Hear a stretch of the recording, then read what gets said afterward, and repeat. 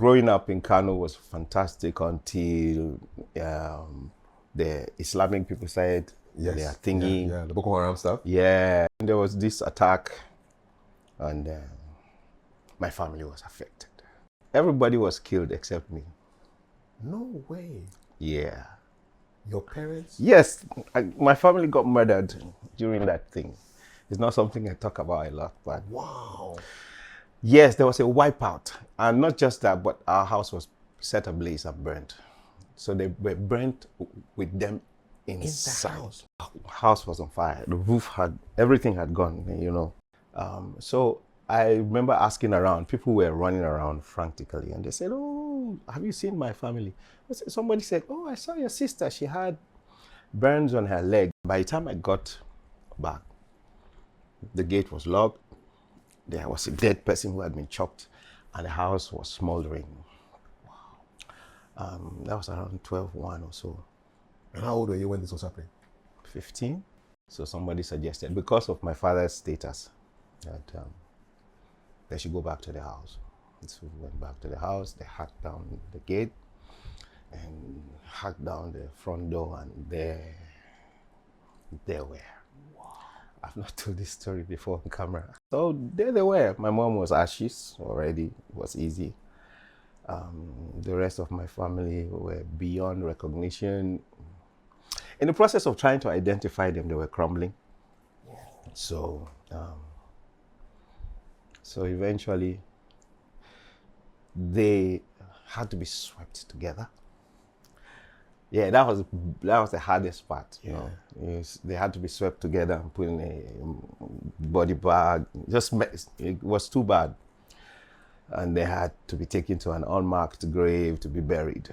And I never knew where they took them and everything. And it bugged me for a while, because I was like, nah, my mom, no, my family, nah, they can't. The siblings? Yeah, it's not possible. It's not possible. This is not. I'm waiting for them. I'm going to be looking for them. So, how many siblings did you have? I had 2 stepbrothers. Yes. I had, So we were all 7. So the rest of them, everybody was home. My sister was making breakfast. My younger sister. I remember. So in the kitchen, you still see the breakfast food that was being made. Yeah, but everything was burned down. So one day I had everything. One day I had nothing. Would you have become who you are now if that tragedy hadn't occurred in your family?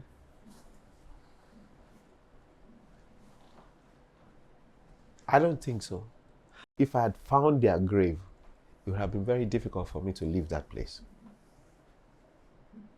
So what, you don't know where they're buried? Wow. So it was hard to take at the time. I didn't understand it. I was like, nah, why? Why would I be swept like rubbish into a bag and dumped somewhere where I don't know? By some crazy twist of fate, these people who did this terrible thing came up and said, listen, we saw your story. We're responsible. Forgive us. That I've done already. I had to do that to move on.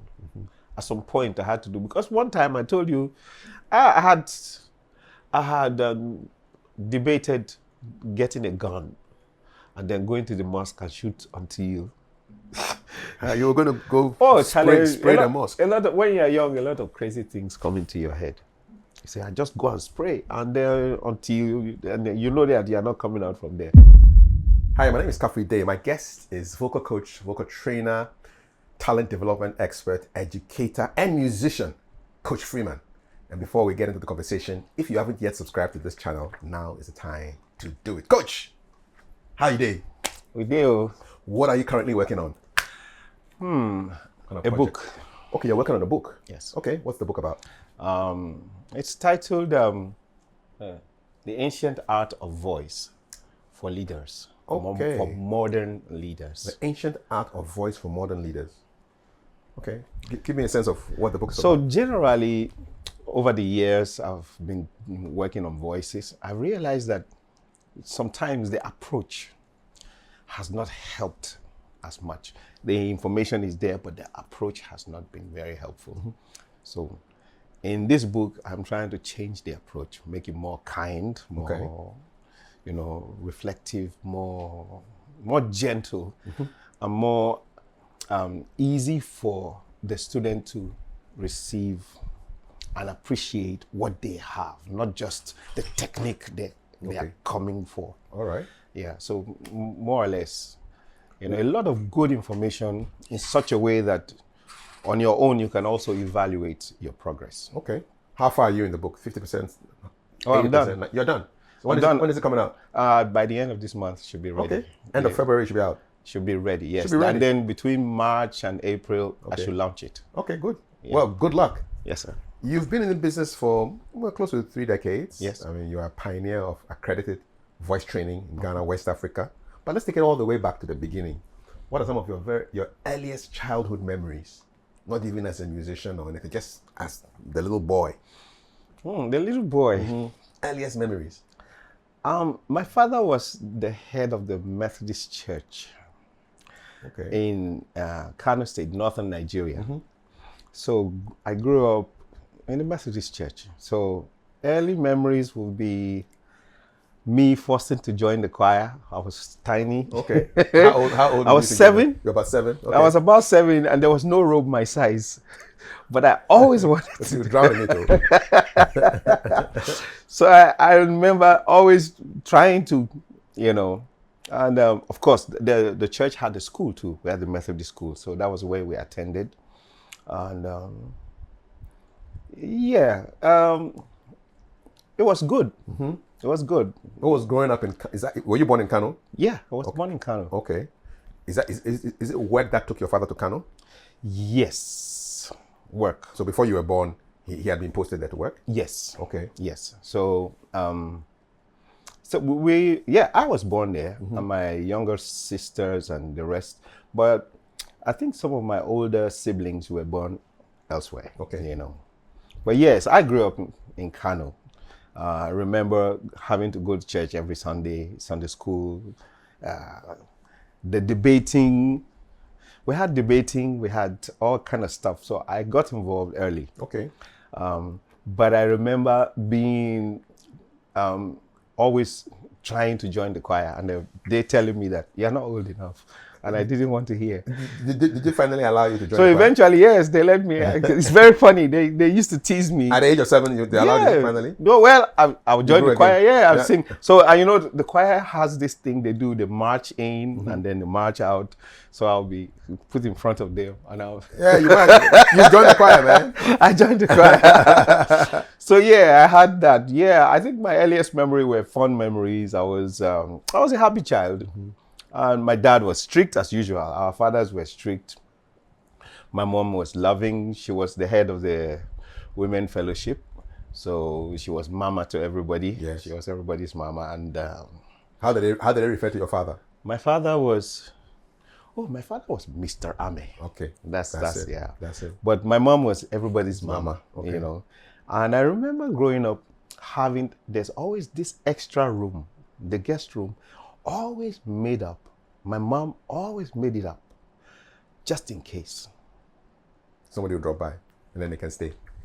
Nice. And growing up, I remember her making sure that there's an extra cup of food or 2, if it's rice, if it's this thing, extra, just in case somebody dropped by. And the people drop by? Always. That room was never empty. Never empty. Yeah. As one person is going, somebody's coming. Yeah. Going. Yeah. So I grew up, entertaining, having to, have guests and strangers come to the house and, behave appropriately, eat with your fork and knife. Yeah. Do the right way. Yeah. Were you the eldest child? No, I was actually the 4th. Okay. But then there was a lot of space between me and my older ones. I think when it came to having me, my mom started having problems. So between me and my immediate senior, I think there's about 8 years. Okay. So it turned me into a kind of special one. Yeah. Because they waited for you for so long. They waited. Everybody else had their 2 years thing, Yeah, and yeah. they had to wait for me. Yeah. So I became like the center of everything. But yeah, so a lot of attention on me. I got a lot of pictures, and my godfather was a photographer, so I had a lot of pictures. He was testing his photos on you. Telling you, Yeah. you know, yeah. But so yeah, So Kano was great growing up in. growing up in Kano was fantastic until the Islamic people started their thingy. Yeah, the Boko Haram stuff. Yeah, it started quite early. Every now and then they come and just threaten people. I remember particularly this one when had Banke, The preacher. yes, the preacher, the evangelist from Germany, had come to Kaduna to do something. Also in northern Nigeria. Yes, he held a crusade, and there was a massive transition from Islam to Christianity, a lot of things, and the guys got angry. Now, we had grown up there, we lived among the Muslims, so it was okay. My father was quite known, he was, but then all of a sudden there was this attack, and my family was affected. Wow. Yeah. In what way, man? Everybody was killed except me. No way. Yeah. Your parents? Yes, my family got murdered during that thing. It's not something I talk about a lot, but Wow. yes, there was a wipeout. And not just that, but our house was set ablaze and burnt. So they were burnt with them In inside. the house. But where were you? That's a story that I don't know how. I was in that house that morning. I know I was in the house around between 9 and 10 a.m. And this thing happened like around 11. So between that time and where I found myself on the other side of town. I don't know how I got there. Till today, I still don't know how I got to the other side of town. Wow. I just know that I was home just now, so- you know? Yeah. So I'm hurrying and rushing back because there's chaos. And by the time I got back, the gate was locked. There was a dead person who had been chopped, and the house was smoldering. Wow. That was around 12:01 or so. And how old were you when this was happening? 15 going on 16. I had just finished secondary school, so I know it was, around that. So, the house was on fire. The roof everything had gone, But then there was a dead person at the gate, so I couldn't. So I remember asking around. People were running around frantically, and they said, "Oh, have you seen my family?" Somebody said, "Oh, I saw your sister. She had burns on her leg or something." So everybody was rushing to the police headquarters, Bompai police headquarters. So I said, "Okay." So we went looking. I consulted with some other people, and we went looking for my family. And we looked for them for 3 days. We couldn't find them. So somebody suggested, because of my father's status, that they should go back to the house. So we went back to the house. They hacked down the gate and hacked down the front door, and there were. I've not told this story before on camera. I'm so sorry, man. Oh no! Yeah. Sometimes in future you get to see some things. You see why God did what He did. So there they were. My mom was ashes already. It was easy. The rest of my family were beyond recognition. In the process of trying to identify them, they were crumbling. So, eventually, they had to be swept together. Yeah, that was the hardest part. You know, they had to be swept together and put in a body bag. It was too bad. and they had to be taken to an unmarked grave to be buried. And yeah, I never knew where they took them and everything. And it bugged me for a while because I was like, nah, my mom, no, my family, nah, they can't. The siblings? Yeah, it's not possible. It's not possible. This is not. I'm waiting for them. I'm going to be looking for them. So, how many siblings did you have? I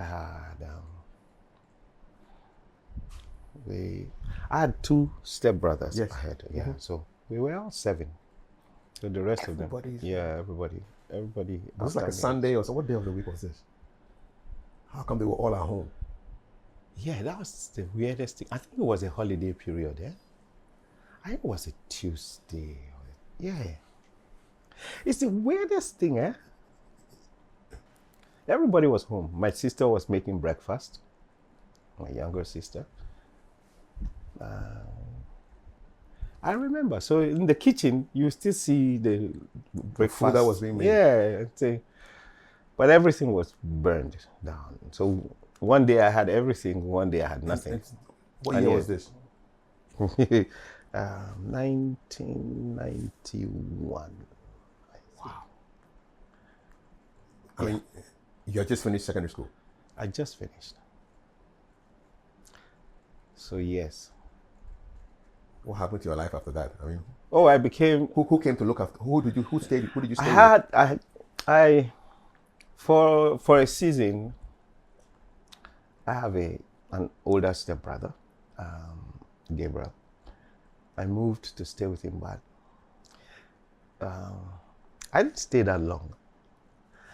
I moved to Abuja shortly after. You left Kano. Well, yeah, I left and moved to Abuja. And when I moved to Abuja,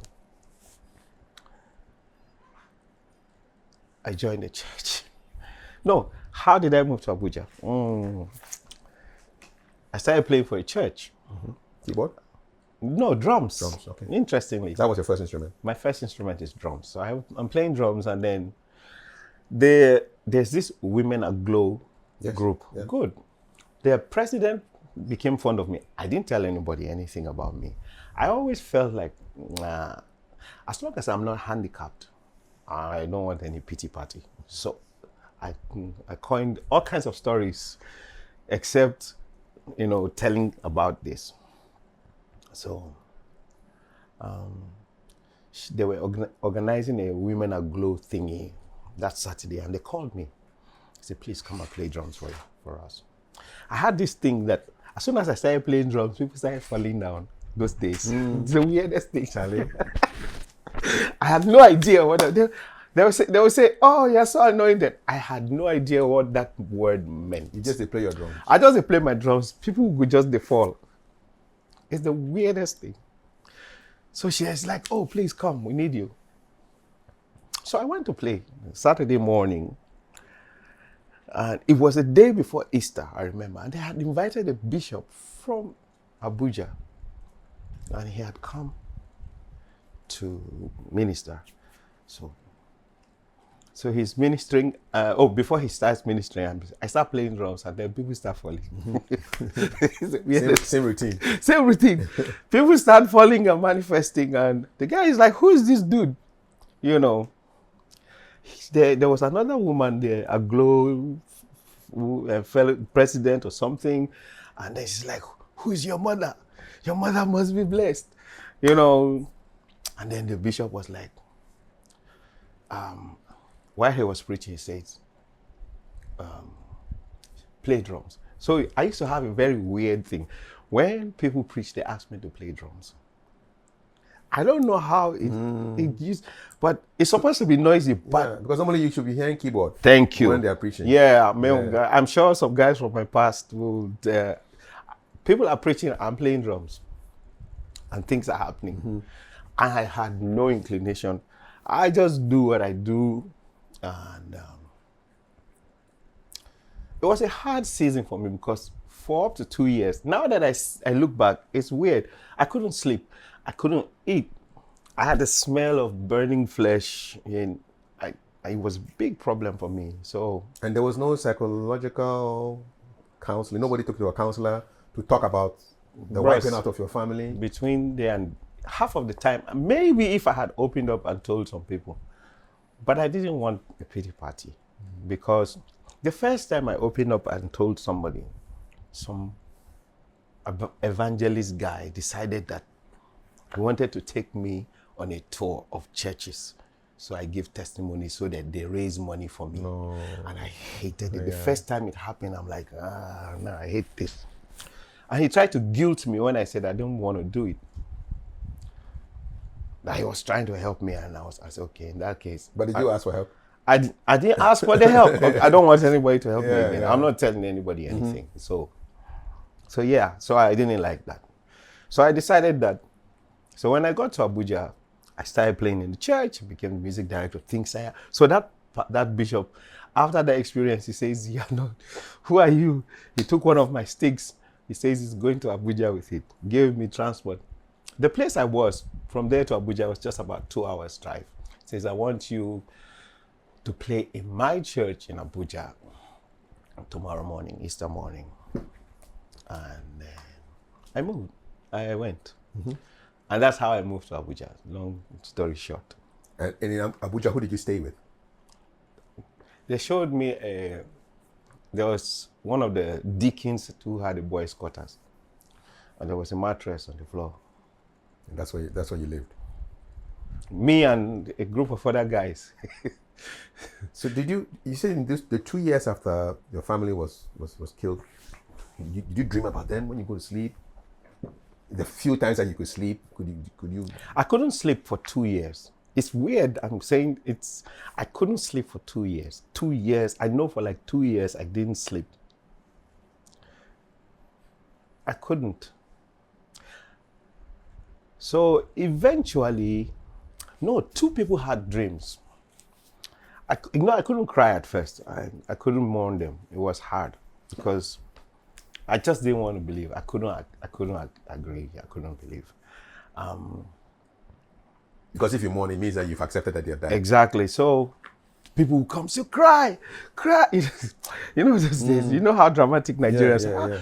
You cry, try to cry. It will help you. Yeah, they were worried also, you know. Yes. Because they were expecting mental, you to cry. yeah. But me, I'm a young guy. Before I left home, before that time, me and my mom were like this. I think my mom was very protective over me. I was the one she looked for. So we were quite tight, you know. So all of a sudden, I have nothing. There was no one. People were around, but they couldn't get to me because I didn't know, you know. So. Have you been to Kano since the killing of your parents and your family? Once. What took you there?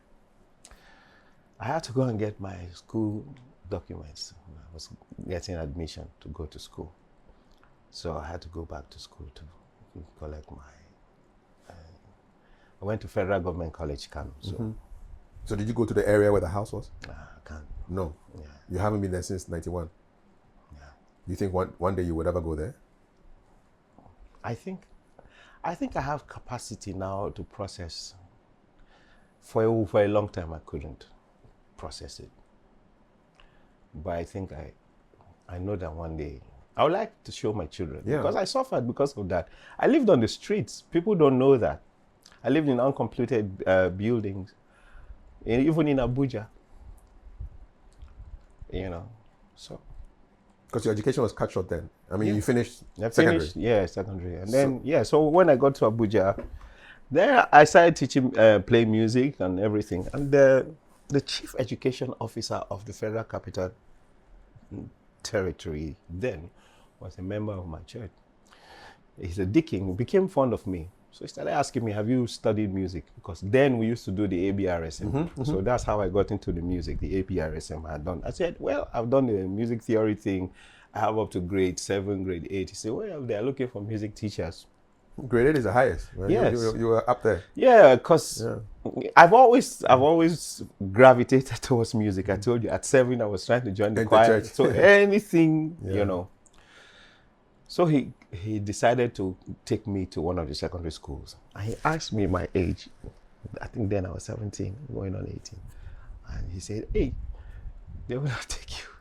You're too old. Yeah, too young. Too young. Okay. So we decided that we were going to add 3 years to my age. We made it 21.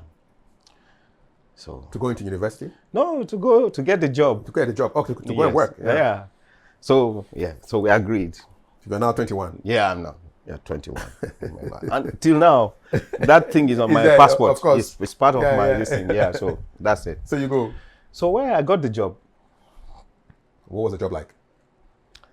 I was a music teacher. Mm-hmm. I had to teach. In my head, I'm like, I can't do this job.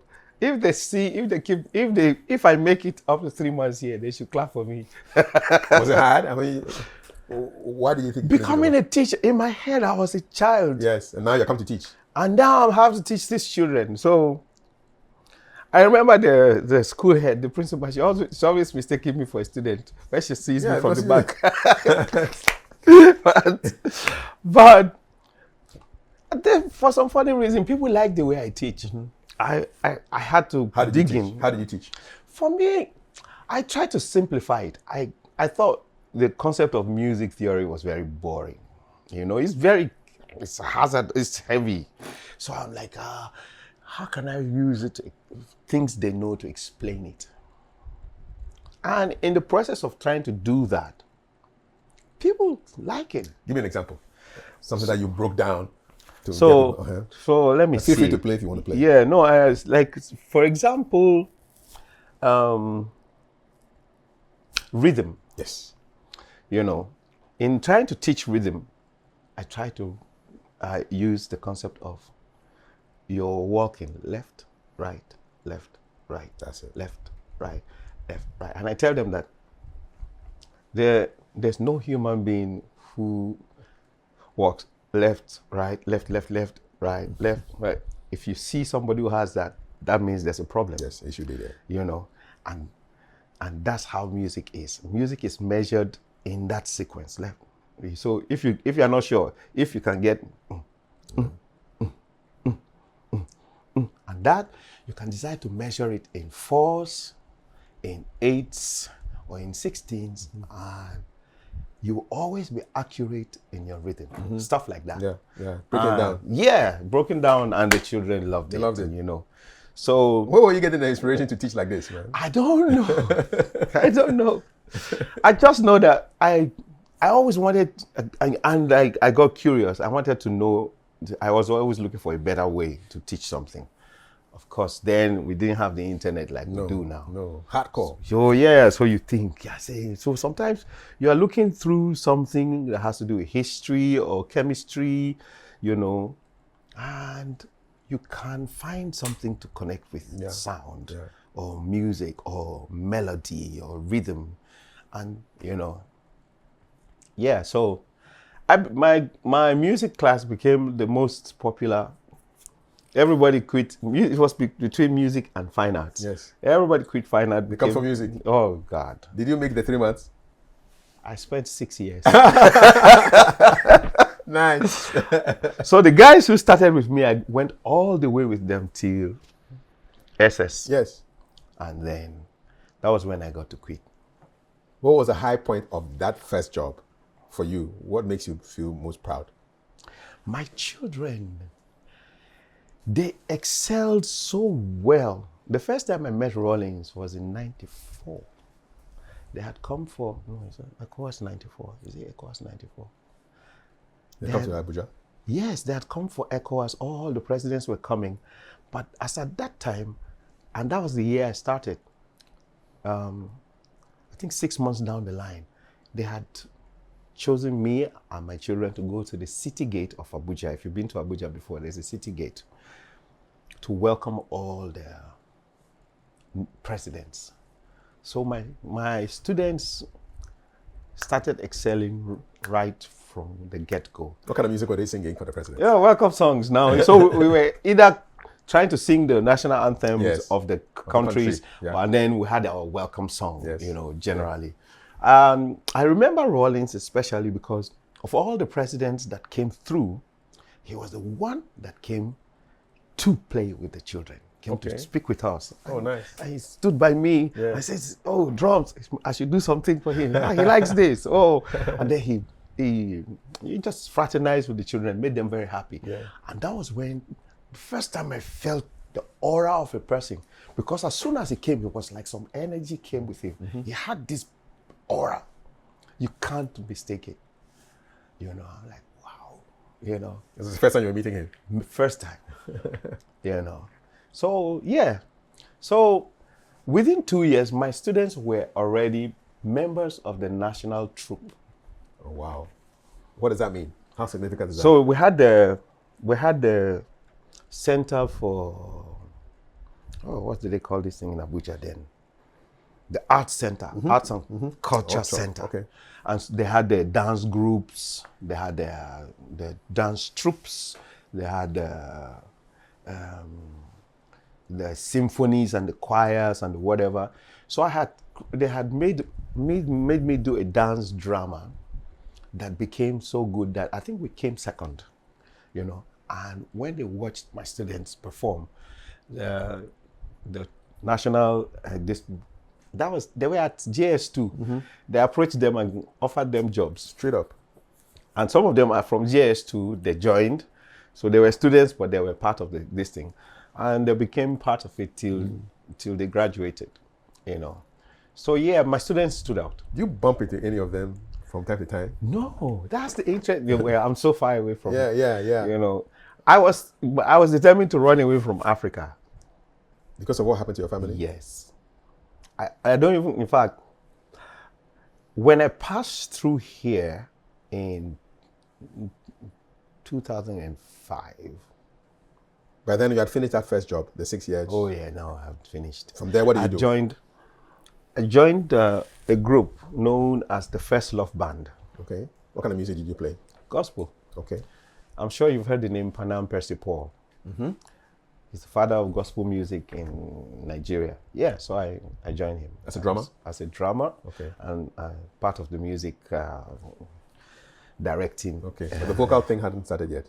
No, interestingly, what people don't know is I'm painfully shy. So I was always staying away. Okay, while I was training my children, they will always say, oh, coach, we like your voice. I said, yeah. You know, even in the choir, they want me to sing, you know. I'm not crazy about the attention that comes from, you know. So I don't mind during the rehearsals, but when it comes to performing, I would run away from it. And I didn't take it serious. I think the first time I ever took the voice serious, it was Panam. It was actually Panam Percy Paul. I was a drummer, I was sitting down playing this thing, and then he heard me. He said, what? Your voice is amazing. I was like, yeah. So he started calling me out every now and then to sing. And he would tell me that, see, I've been in this job for over 30 years. Your voice is unique. I've never heard a voice like yours. And everything, you know. So it started coming, the confidence started coming from there. But the first time I ever recorded my voice was in 2002. I'd gone to record a demo. I finally had access to a studio. So me and my friends, we decided that, let's try something, you know. And then I recorded a demo. And while I was recording, I have a lot of weird this thing. Some guys came from downstairs. Some voice was calling them. So they joined me on it. And we finished recording. I thought it was a nice demo. I had a friend on radio. I passed it to him. You know, those days, it's only CD. So you don't print. You write on it with your marker. So I just wrote, Still Away. And then gave him. What was the stage name then? I didn't have a stage. So what was it? Just Freeman? No, yeah. Me, I didn't see myself in that. So you didn't put your name on it? No. I didn't put my name on it. That's the weirdest thing. So he goes, put it on, starts playing it. And people fall in love with it. And they start requesting it every Sunday. But nobody knew my name. Now, here comes one of my brothers. my older brothers who wasn't around, who had not seen me, he started hearing the song on radio, falls in love with it, and he's driving through Abuja and stops by and says, music, here's this music, this guy, they don't know his name. He might be an American or something. And he starts singing because he used to be the choir master. I start singing. I say, wait. Come on, I go inside. I slot in the CD. And he starts, see, yeah, that's the guy. Nobody gets this guy. This thing. I said, but that's me. He said, huh? So yeah, my family didn't know my voice. No. He says, that's you? I said, yeah, because when I said I wanted to do music, I told you I was with my older stepbrother. They were teasing me and laughing at me, saying, you who can't talk. So how are you going to do? So they teased me. So he said, we owe you an apology. But that's the twist. That's how it started. And then shortly after, with the band, we came to perform in Ghana. Okay.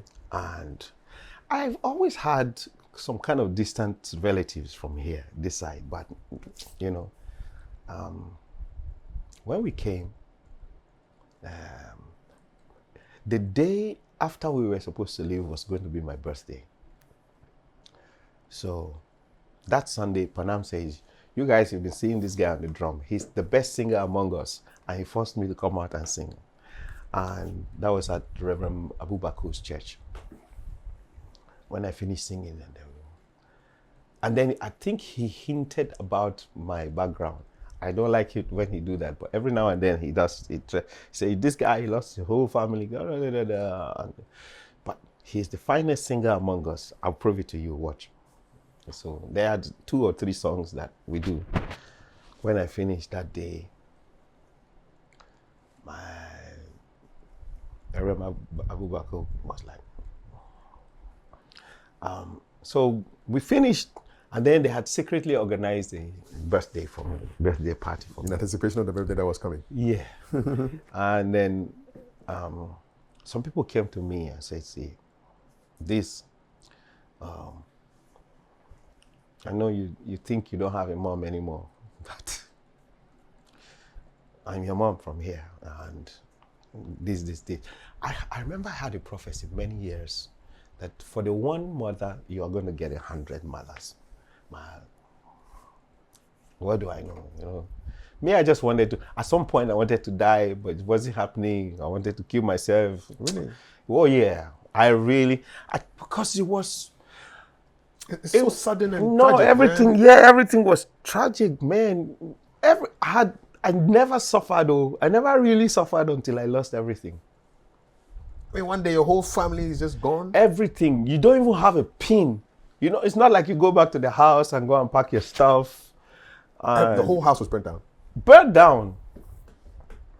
So one moment you had everything, next you had nothing. Did they ever find the people who did that? The people who are kidnapping children now. You see, those things that traumatize me. So when you hear they give them money. News, when you hear it on the news, I try not to listen. Yeah. It just brings back. Yeah, because it took a while.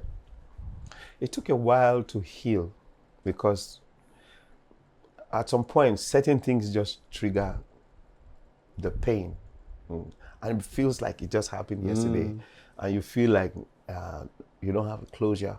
So I think most of my closure came from people who didn't know anything about me, who suddenly told me things, prophetic things. And I told you some people had a dream, and in that dream they saw my mom with the rest of my siblings. They were all dressed in white, they had suitcases, they were traveling. And they asked, they said, oh, we're traveling. And knowing how I was close to my mom, I remember the woman says, but where is your sweetheart? And she's like, the father said he can't come now. So in her head, it's like, oh, maybe my father said he can, but later on, the other father, the heavenly father said he can't come now. So that's why we're living without him. I think two different people came with such this thing. So it brought some kind of closure. Yeah. You know. And then I was in a church and we were lined up. Somebody's praying, the man of God is praying, prophetic, and then he puts his hand on me and says, God said, I should tell you, he spared you for a purpose. And I'm like, okay. So he'd known me for a while, but he's like, I see some things. It's not clear. Stand here. So what does that mean? I say, he said he spared me for a purpose. He spared me. I created a character that allowed me not to be questioned a lot. So if people asked about your parents, what was your story? I say, I'm the black sheep of the family. They live abroad. Especially when I started teaching. In that school, that was where I got my first accommodation. So during holidays, everybody travels home. Yes. Except me. So when they say, I say, my family, they live abroad. As the black sheep of the family, they abandoned me here so that I can learn my lesson. So apologize to them so that you can go. And then when they're saying this, how are you feeling? Those days used to be sad, but I've learned to hide. You know, it used to be sad. I'll try. I don't care. You know, but so that way people will say, hey, you deserve. Yeah. You know that kind of thing. Then you leave me alone. Yeah. So kind of an avoidance kind of exactly. behavior. It helped me. It helped me because I didn't want to be explaining things to people. I didn't want anybody to. That first bad experience I had where somebody wanted to take advantage of me. To raise funds for you. Yeah, No. And that money, the first money he raised, I didn't see a dime. No, you're not going to see how it wasn't meant for you now. No. But there was just something inside me that made me, and they used to call me stubborn. But I didn't want anybody to just take advantage of me. Yeah. I would not, no. That's it. No, I'm not doing. After that first job, which lasted for 6 years, how did you end up in Asia? What's the chronology after that job? Yeah. I was here. You came to Ghana? I came to Ghana. So I came to Ghana, Pastor, Dr. Abu says, there's something about you. We have to figure it out. So this is like the early 2000s, right? 2005. Okay. So we traveled. We traveled with him to Benin, I think. We did a 4 days retreat, fasting and whatever. So while there, so he asked me, he said, so what do you want to do? I have a way my mind works. I said, I don't know what I want to do, but I know what I don't want to do. He says, what? So I said, I don't want to be music director in church. I don't want to be choir leader. I don't want any position in church. I'm ready to do the job, but I don't want any of the position. When I figure out what I want to do, I can tell you that. I know that that's not the kind of answer because before then, I had been approached by quite a number of big churches, one in Abuja, one in Lagos, and they were offering me fantastic stuff, house, car. They will marry for you, For real? Yeah. They'll give you one? They will, if you are ready to marry, they will sponsor it, that kind of thing. Wow. So, but you were not tempted to take the offers? No. In fact, I have this thing that happens. Now I recognize it that if that's not what I'm supposed to do, I lose my peace. I just become agitated. Even though the conditions seem right, looks good, I lose my peace. One of the churches, they were really nice. I was attending. And then the offers were fantastic. But then I went home to sleep and then I just had that vibe again. I'm like, so I called them back and said, I'm not doing it. And it was like, why? What's wrong?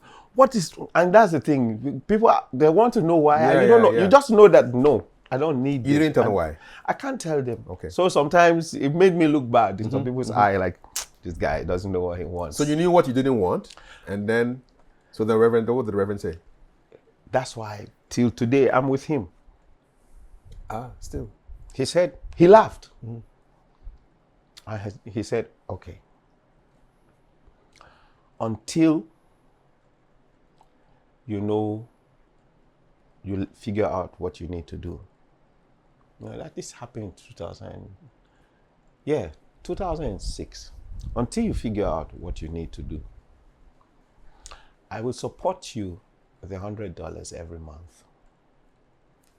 No, nothing. No, you don't have to do anything. I'll let you be part of whatever you need to be part of, But yes, because everybody knew what I brought to the table. So, Charlie, I'm supposed to be music director and everything. I told him I did that for 10 years. So I'm done. I know that there's nothing new for me to do there. So he kept his word. So he was giving you the $100 every month? He gave me $100 every month. And then what were you doing? 6 months. Yes. I started 6 months. I started private voice coaching. So among my choir. Yeah, among my choir. Yeah. One of the guys, bro Sydney, he said, nah, this information is too nice. We won't do it for free. I was willing to do it for free.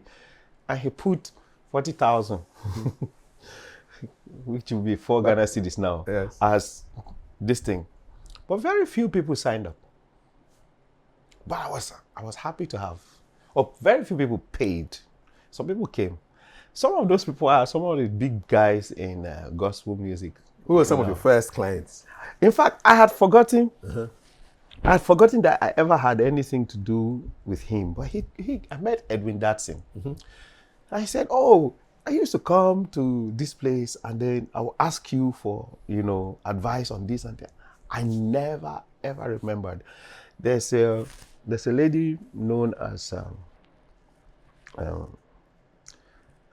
Marion. She's a worship leader. Her range is amazing, I can't remember their names. Most of the worship leaders. They came to you for advice. Churches. She trained with me for a while. Where were you based then? Kokomlemle. Okay. Somebody gave me a small space, like this thing, small space. And we had an upright piano. Okay. Acoustic. Yes. Yes. And that was where I started. And that was where I got to meet the first contestants of Mentor. Oh, Hakeem and all those people. Nice. Ruth and yes, that's where I started working on them. Wow. Then Mentor 2, I was approached to come and become, I was first approached as a judge, and then, so I served as a judge during the selection and then became voice coach during the When did the Philippines happen? Before this? Philippines happened after this. Okay. After that, I went to South Africa, went to Botswana. I traveled for around. Long periods? No, just in between. On music assignments? Music assignments. So what did you do in South Africa? Music. Okay. I worked with an artist. What's his name now? He was being signed to a label, and I had to prep him. Okay. So I spent around 4 months. Every day working with the person? Yeah. What kind of exercises would you do? Give me you want to do that? I'm the artist now. I've come to the place. I'm the artist. So basically, show me what you do. Many people, when you go online, they just give you all these tips. And I've come to realize, I came to realize that those tips alone don't work. They don't help you. So I like to build your voice based on the keyboards. So I pick from the middle C and get you to hum it. Good. Now the middle C divides the keyboard. Treble clef, bass clef. So I like to tune my students' voices the way you would tune your guitar. Okay. And then so you go with me. We're going chromatic.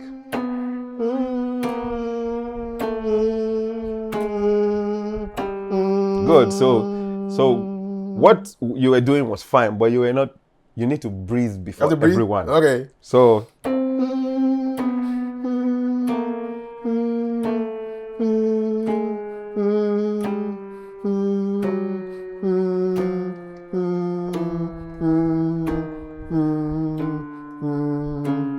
We're arranging. Breathe. Breathe, breathe, breathe.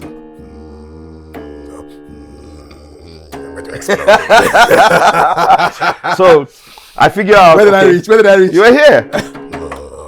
Yeah. So Okay. now from here, now I try to expand your lips. Okay, let's go. That way.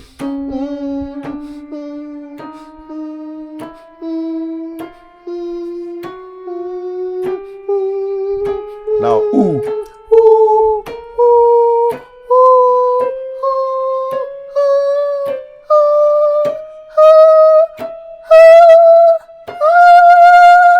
So I assume that yes.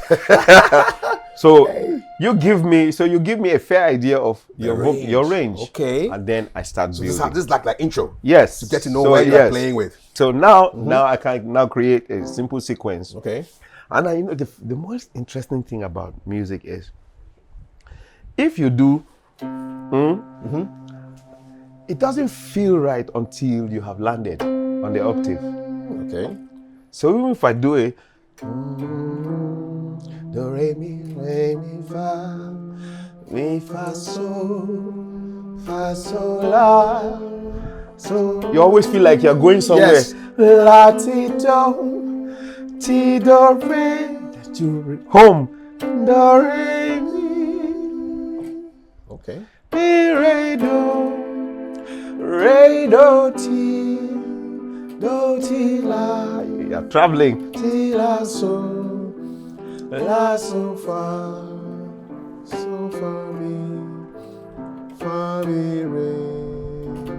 mi re do. You always feel like I'm going home. When you get home, you feel like okay, that's home. Resolve. And that's where I first created my first in this thing. So I created 8 cycle of major scales, then moved on to 8 cycles of minor. Okay. Play a minor for somebody who doesn't know what minor is. Yeah. So the 8 cycles of the major scale became the hit. I didn't understand then that now science is teaching us that every word we speak has major scales embedded in them. So the first cycle is do, re, mi, fa, sol, la, ti, do, ti, la, sol, fa, mi, re, do. Second, I've mixed 2. Do, re, mi, fa, sol, la, ti, do, re, do, ti, la, sol, fa, mi, re, do. And third, do, you can either make it do, mi, re, fa, mi, sol, fa, la, sol, ti, la, do, ti, re, do, mi, do, re, ti, do, la, ti, sol, la, fa, sol, mi, fa, re. And you can already get music from those modes. Stop happening. Do, fa, re, sol, mi, la, fa, ti, sol, do, la, re, ti, mi, do, fa, do, mi, ti, re, la, do, sol, ti, fa, la, mi, so, re, fa, do. In the process of developing this, I started hearing, I started hearing in the sambas. Yes. I started hearing this sequence. I was like, oh, It's I music, want to man. something. This is music, it is. Do so, re, la, mi, ti, fa, do, so, re, la, mi, ti, fa, so, do. That's it. This do so, do, fa, ti. So and sometimes when you change the rhythm, And it becomes a whole new tune. exactly. So you're using these to This is my train people's- my first it's a little drill. drill that I created. Okay. And then I was able to create some other drills from inside them. But I realized that I didn't realize until my students came. I said, the way you teach is different from everybody, right? Like, why? I said, we've searched. I have a student who's a PhD in music student. Okay. And she says, you know, it's our job to do research. I've researched everywhere. The way you teach Be different. is completely different. So protect it, preserve it, find a way to copyright it and whatever. And I've been trying to do that for how many years in Ghana? I think I gave up to 40 something or 20 something, 30 something of my ideas. I only got 8 copyrighted. Wow. So 8 have been copyrighted? Yes. Okay. I don't even know which of those 8 right now. I have to check. But I want to copyright them so that I can now put them online. It's your property, it's your intellectual property. No, in fact, it's my children's. It be so. They're my food. It be so. That's the plan I want to, at least leave them something. Exactly. So you did this in South Africa, then you went to Botswana as well? Yeah, I went to Botswana. What happened in Botswana? What was the gig in Botswana about? Oh, Botswana it started as a church thing, you know. And then, of course, the interesting thing in Botswana was, I think they had never heard West African boys singing. Then I went to sing. So they had, they left me on stage for a long time. And you know that place, it was their winter. If you could. And I kept signaling, but I didn't know they had called one of their friends from South Africa. And it's a drive, it's like a 1-hour drive from South Africa. Say, Charlie, you should have to come and see this guy. This guy is from West Africa. It's like we're underrating them, you know, something like that. And the guy came. So they kept me on stage until he came. Driving from South Africa. Charlie. So in 4 days, I was back to back. I don't think I was on stage less than 4 hours. Your voice would have gone. Oh my God. But we became friends still today. The guy was originally from Zambia. He was based in the US, then he's now in Australia. So South Africa, Botswana, and then Philippines. Off the top of my head, I know I've been around 19 countries now. And it's all the music? Music. It's purely music. How do you protect your voice? What are some of the tips? The Freeman tips? Yeah, Freeman tips. Do a lot of humming. Which is like... Yeah, but it's more about how you breathe.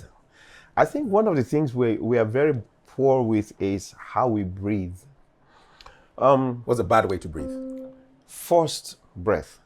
Like when you hear some people singing, they're like, la la la la la la la, and it's because usually it's the shallow thing. You're breathing from your lungs. So the good breathing is more of a released thing. It's like a sigh. It's supposed to be almost silent. Okay. La la la la la la la la la la la la la la. Do do do do.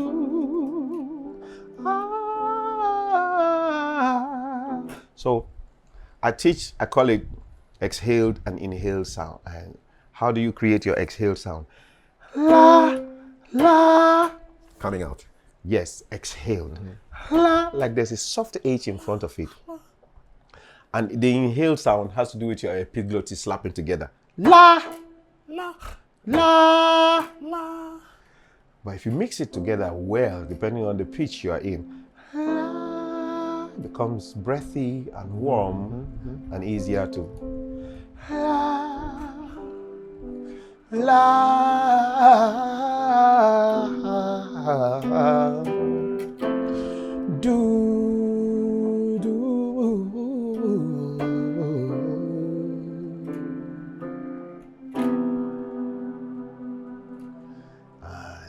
Every voice is as unique as your fingerprint. So you need to find out. When people come to me, I say, nah, if you are looking for someone to teach you how to sing, no, I'm not the one. I think you can sing. Everybody can sing. But if you want somebody to teach you how to use your voice to sing, that's where you come in. Come to me. What's the difference between a vocal coach and a vocal trainer? There's not much difference. Okay. The concept of a coach is like it's a little bit more all-encompassing. Like as a coach, people trust me for not just their voice, but for even the attitude, for the mindset, for the idea. I develop everything with them. Artist development, who you should sound like. A vocal archetype, for example. Like you, if you came to me and said you wanted to be a singer, we would explore the concept of archetypes and then use the vocal to determine which one will best suit you, And as soon as we find that vocal archetype, it'll be easier to choose what kind of singer you will become. So if you are like a sage, we say, we'll figure out that you have to present your song as if you are giving advice, You must sound like wise, so to speak. If you are a lover, it's emotive and all that stuff. So it's a big deal. It's a big deal. The voice, when people ask me, somebody asked me recently, at the Blend concert, so is your job hard? I say, yes. He said, how? I said, the voice that you think I train, it's not sitting down somewhere. It's inside a human being. I have to court the human being. I have to understand the human being. I have to figure out how to let them trust me, because one of the most difficult things for people is to trust you with their weaknesses. Yeah, because you have to show them their flaws and things. Because now that's what you need to do. You need to find their weaknesses and help fix them. That's not something that people are willing to share. So you have to be a psychologist almost as well. Thank you. Is it possible to say if your range is from here to maybe here, are you able to, with coaching, expand it? Yes. The reason is the range. Yes, the reason is simply because all our vocal cords are muscles. And the unwritten law or rule is that all muscles can be trained. And every muscle that is trained can expand. So you can be lean. Yes. That's why you go to the gym and then you can expand. Yeah. So if this muscle can expand, this can expand. So an alto can become a tenor. A tenor can become a soprano. Soprano can become a whatever they want. Yeah, you can expand. That is something that we do. Who have you worked with that showed the most remarkable expansion? In range. It'll be plenty. You will open them up like an octave higher? Like, yes. Chayuta. Chayuta's range was, but you could tell that she had this huge potential. So, You can expand it. Oh yeah. Over the years, because I have this, so do re mi re do mi re. Do re mi re do mi re do re mi fa mi re mi fa so fa mi fa so la so fa so la ti la so la ti do la ti do re do ti do re mi re do. So I use that concept, which is more like articulation drill, like tongue twisting. When you do that, do mi so mi do re fa la re mi so. So the first one was do. Now I expand it. Yeah. And I expand it. Yeah. And I expand it. Before everybody's hitting. Yeah. And it takes a while. Are they surprised at the end when it's wow, I came in like this and then now I'm going like this? Oh yes. Oh yeah. It's always interesting. Some people don't even notice until other people say, your voice has changed. The coaching is working. And that's it. Yeah. But yeah, I also always tell people that if you want to know what you have been given capacity to solve, check what you are not afraid of. I'm not afraid of bad voices. It doesn't matter how bad it is, bring it. If you are willing to work with me, you're not in a rush, because just like if you go to the gym, you don't get your six-pack in one day or 1 month. No. If you're willing to go through the process, come. I'm never afraid of bad voices. And I think that's what has set me apart. What's the most interesting project you've worked on? Or some of the most interesting ones you've worked on? Good. Some will be, in 2004, I was approached by a very, very, very, very good man. And he had been studying, he had been watching YouTube, and been watching the We Are the World covers. And he called me and he says, he's not seen anything from Ghana. And they told him that if there's somebody who would know, it would be me. I am like, yeah, I don't think, I don't, to the best of my knowledge, like, can we do it? I say, yeah. So the idea came. At first, I had wanted to get, as usual, our top artists. And I tried to reach out to a few people. They're not interested. Oh, as usual. They'll ask for money. What's in it for me? Exactly. I call it WIIFM. Yeah. How much are you paying? Yeah. So I'm like, no, this is let's just do something. But even the original or We Are the World, nobody got paid. Nobody for that, got. They all thank came you. in there It's all to raise funds for Africa. Exactly. So nobody got paid. But they, so They pay me money. Eventually, we went back and I said, I said, if you leave me, normal guys will be able to, if we get time, I'll coach them to sound as professional as possible. So it took us like 2 months, a little, just around that. And we were able to come up with a fantastic, right now it's considered one of the best covers. It's on YouTube. Yes. I've heard it. Well done. I love being part of that project. It has inspired me. If possible, that's something I want to do every year. I want to pick random people, put them together, and let's get together and do a song. It could be a reality show, Random voices, and then you just coach them. You just gave me the name, Random Voices. One time. Random Voices for change. Straight up.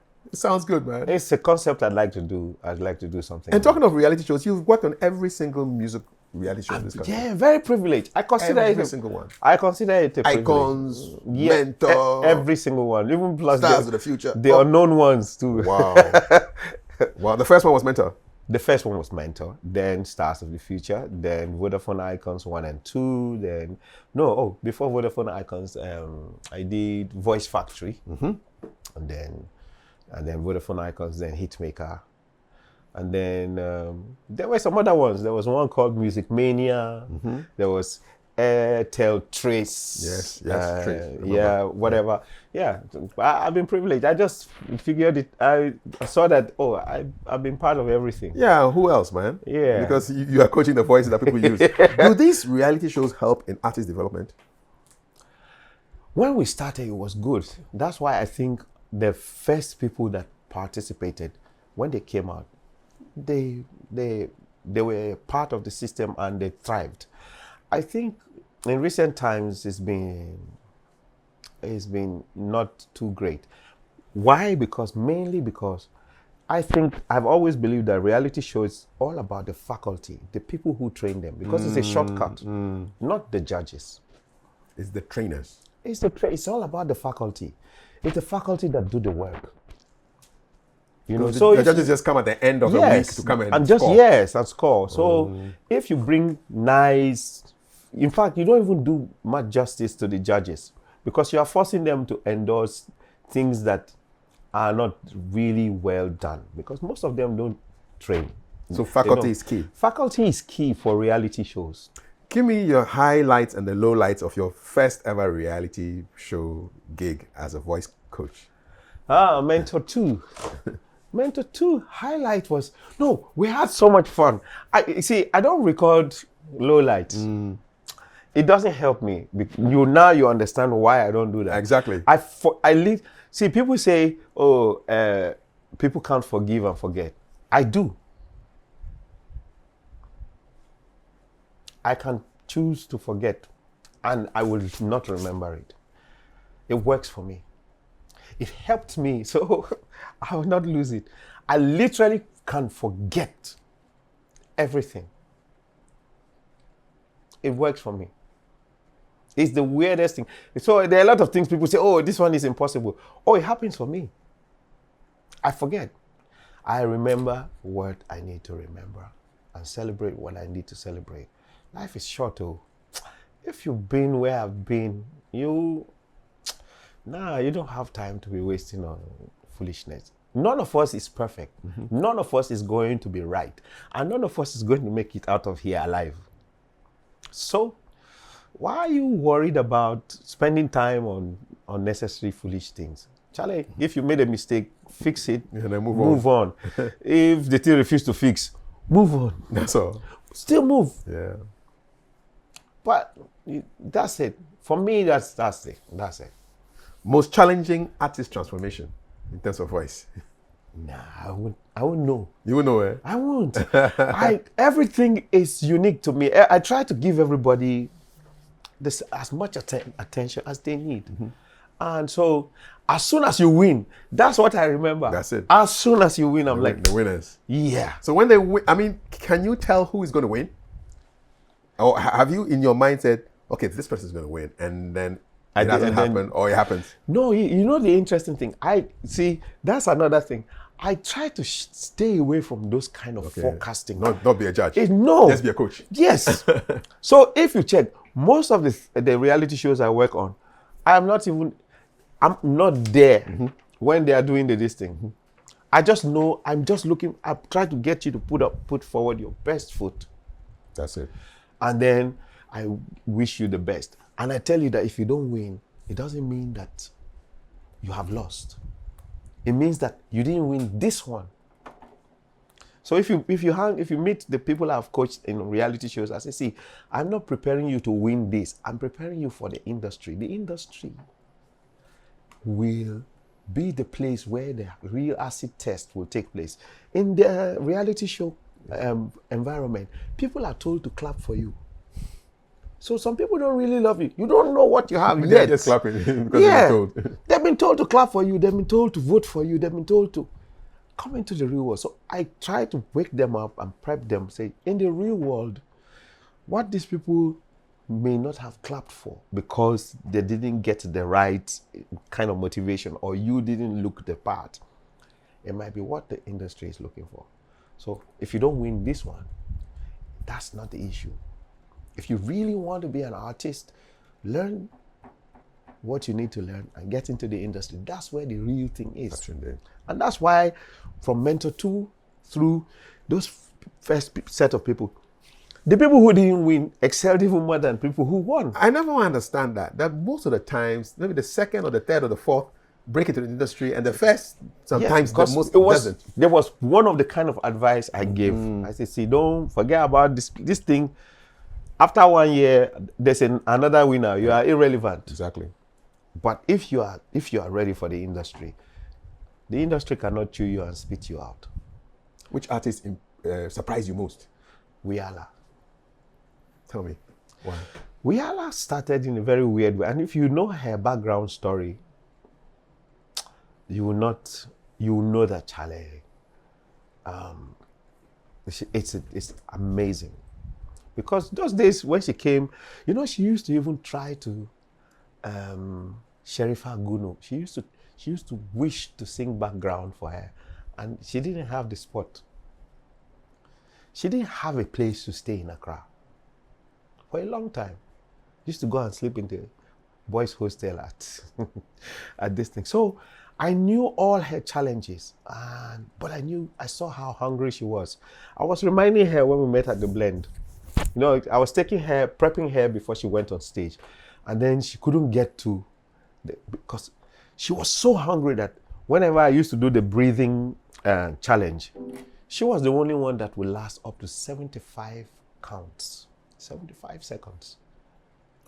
What kind of exercise is that? Yeah, so you inhale. Let me try. If I can do 10, I'm happy. I should inhale, eh? Okay, look, I inhale. So inhale. Okay. Good, let me see if I can do this. 75. You'll be counting? Oh, yeah. So I inhale and do what? You inhale. Then you hold for 10, 9, 8, 7, 6, 5, 4, 3, 2, and you leak. 18, 17, 16, 15, 14, 13, 12, 11, 10, 9, 8, 7, 6, 5, 4, 3, 2, 1, and relax. It feels like you went somewhere now. Yeah, so this is 20. So this is 20. Cool. Imagine Wiyala doing 75. How hungry she must have been. Let's do 30. Let's do 30. Wow, so these are crazy exercises. Yes, so you have to, yes. So singing is a coordination of muscles all over your body. So one of the first things you do, you have to remind your body how to sing. And the first thing you do, you have to remind it how to breathe, especially from the right places. From your diaphragm, your intercostal muscles, the walls of your stomach, they're all part of these muscles. And don't forget, this is your emotional belt. Yeah. That's why people feel butterflies here and all that stuff. Not around their heart. No. Butterfly is here. It's here. When you have all these strange foreboding feelings, it's here. You say, oh, it's in my gut. You know? Gut feeling. Gut feeling. So your emotional belt is here. So anything that comes from here has weight. Even though your voice is located, your voice box is here. So the action is actually starting from here. Yes. And Wiyala was hungry. She was hungry, man. You can't stop that. So she surprised you. Oh yeah, she did. She did. So I remember those days when she's singing, you hear her voice. You know, it's not a small voice. No. But she's pitching. You know, she's there. And before long, I think I had even traveled out. I went to, which of these countries did I go to? By the time I came back, Wiyala was out of the system. She was, she was in Europe. She was, of course, at the beginning, I knew because Wiyala trained with me when she was about to transition to live performance. I remember we worked together 4 days, 4 hours every week for 4 months. I don't even think she remembers. 4 hours, 4 days a week for 4 months. 4. That was when the Banj Yes. and all those guys were trending. So I think there's one of the TVs that still shows some of those things that then she used to go and play at a place called Cozy Bros Spot somewhere in Osu, where a lot of expatriates used to, frequent. That's where she prepped for it. And then most times, as at that time, most people were just miming the songs. She was performing it live. And yeah, she took off. What should young, hungry musicians learn from Wiyala? She was willing to make, so you see that her manager? John. Yeah. John was the first manager to pay me cash for training Wiyala. The other managers don't want to pay? I don't want to put it like that. So a good number of the artists that I've worked with, when I started working on them, just like Wiyala, that time she was Noella. Yes, Noella. Nobody knew where they were going. They didn't know. They had dreams. They had, sometimes I can see potentials, but most of them didn't even have. And some of them, you know how they do, say, I swear, if you help me, if I make it, that kind of thing. Yeah. Pay up front first now. Yeah, no. So I can say categorically that most of the artists I work with, most of them, up to 90%, never paid me a dime. But did they recognize that you were part of their success? That's the funny thing. Many of them wouldn't say it. What does it take from you, man? Thank you. But then, being the kind of person I am, I learned long ago, I have a simple thing. There's a verse in scripture that says, all good and perfect gift comes from above, from the Father of light. Yep. I use that to remind myself that the things I'm looking for, the things I've suffered, the things I want to achieve, I can't get it from anybody. No. I need to get it from the Father of light. Maybe so. So, if me having to train you for free gets me closer to that part, I go do one. It doesn't matter whether you acknowledge it or not. I did it. The Father of light saw it. So in case I ask him, he'll say, oh, yeah. My son did it. Yeah, this guy did it. So let's give him what he wants. You worked with Asantewa for the Guinness World Record Challenge, the first one. For free. I didn't get a dime.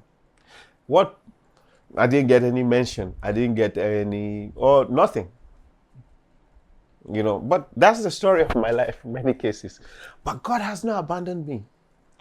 I think people should learn how to, because I know a few people in the industry who are quite bitter because some of these artists are doing well. And they may not be able to give something away much because we know how the industry is. But at least some acknowledgement would have been fine. Sure.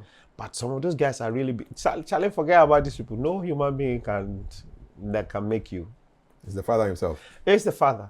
Because I really can't boast as to my achievements. No, because I still have dreams in my head. I wake up every day like I haven't done this. You have Ghana's first accredited voice training curriculum, and what must be probably West Africa's only vocal coaching program. How does that make you feel? Somebody who knows me said this. He says, as soon as I am done, he sees that I'm moving on. I didn't even realize, but I remember when I finished Mentor and I became quite popular, and everybody would say, that's Mentor's voice coach. He used to piss me off. Not because because I felt like I'm You've done done with it already. Mentor. Let's do something else. Yeah, no, don't. So I think I'm that kind of person. I just want to do the next thing. I've registered the foundation. I'm hoping to launch the foundation. I want to use the foundation to push that concept where I get random voices. Yeah, put them together. And put them together and let's just do beautiful. And it's boosting. It's a beautiful thing when you become part of such. I remember the feelings we had, sitting together, learning together, eating together as a group. It's a beautiful group. So I want to do that for people, especially for people, because I understand loneliness. I understand not looking like the kind of person people want to help. Because people just assume that, this one is stubborn. Or because you look different, or you sound different, or you refuse to play to the gallery. So I understand it. I want to be there for such kind of people, When did the Reds appear? I've always loved hair. I've always loved hair. And I wore locks for 7 years. Then I remember I tried to swim one day. It was dragging me. So I said, this is the season. So I chopped it. Yes. I've always loved hair. I've always felt like, I needed to look different. And I've seen that it's part of the artistic nature. Yes. There's something about us, you want to distinguish yourself from the crowd. And some other people want to tattoo their bodies. I'm not in for that. And some people want to pierce their bodies. I'm not in for that. Some people want to work on their beards or whatever. Mine is the hair. Artistic vibe. Yeah. Also, I was a church boy for a long time. I'm still, to a large extent. But one of the things I learned, because I remember I had a conversation with Adam. The musician? Yes. Go get him. Yeah. I remember he said something about, it's not like we don't want to go to church, but when we go, we feel judged. I didn't get it that time because then I just used to let my hair be a fro. I traveled to a country once and I tried for them to trim it and they messed it up. So I saw that. Never again. Never! So before long, the hair had grown. And then there were some Kenyan ladies who were there that time I met. And one of them was braiding hair. That was how she was making money. She was a student. Which country? Is it Hong Kong? Where? Maybe the Philippines again. And then I gave her my hair. They were sisters. And she did my first cornrow. And then... Yeah, I remember you with cornrow back in the day. Yeah. I'm like, okay.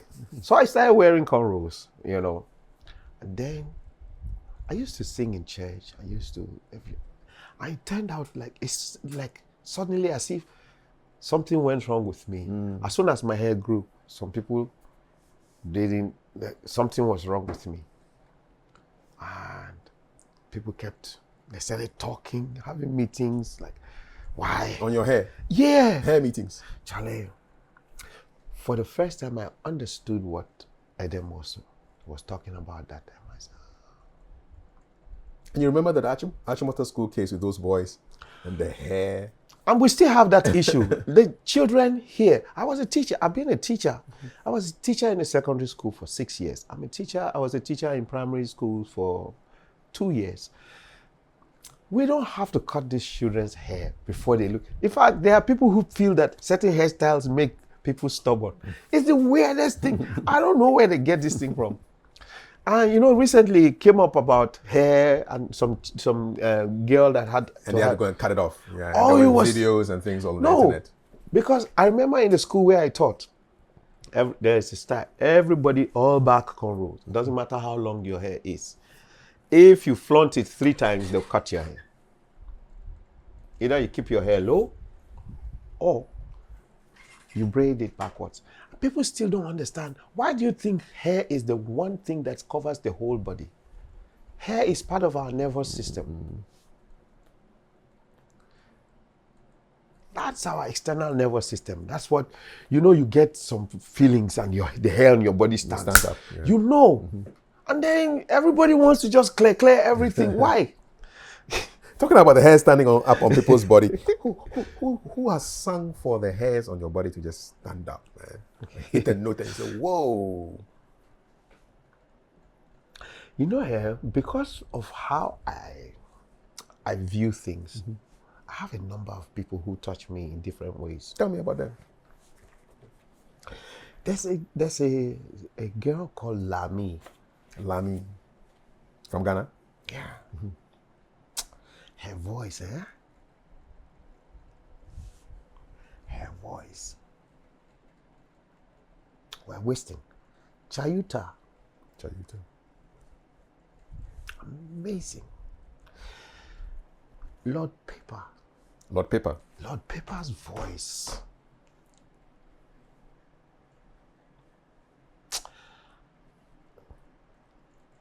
Famille, yes, with a lot of emotion. Oh man.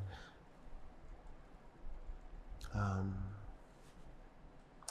And no disrespect to all the other guys. No, I'm just of course. highlighting voices. Yeah, of course. Voices that if they were given the right kind of attention.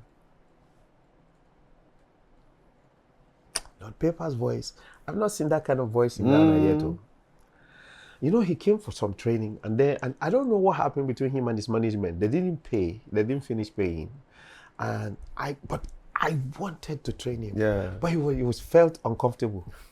I said, you just come. Yeah. Work on it. You just come. He's like, nah, I'll get the money and come. And that's the biggest challenge I have in Ghana. A lot of people never finish their training. As soon as they start feeling better, they start sounding better. It's over. Is there like a minimum time that you have to work on your voice, or it just depends on where you've taken them? The same question is when people ask that, I say, if you are an athlete and you are planning to go to Olympics, how often should you train? Yeah, you're training till the Olympics, man.